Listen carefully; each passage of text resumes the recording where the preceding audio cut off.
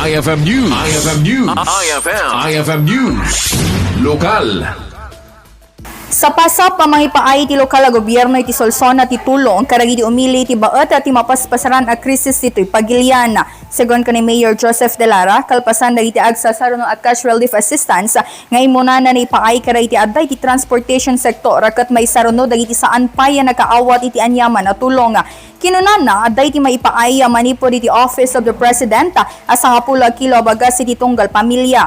Inpakaamuna awan iti mailanglangi iti nasao nga ayuda gapu ta kitaan da na saya at ipakaibunungan na daytoy at tapno maliklikan dagiti agtaod a reklamo. Mainay iti daytoy daw dawat na iti umili tinananaya panagano sa tapno sangsang kamay sa may tawid ti agdama a krisis. Para iti IFM News, Idol Bernadette Toledo, Tatak, IFM.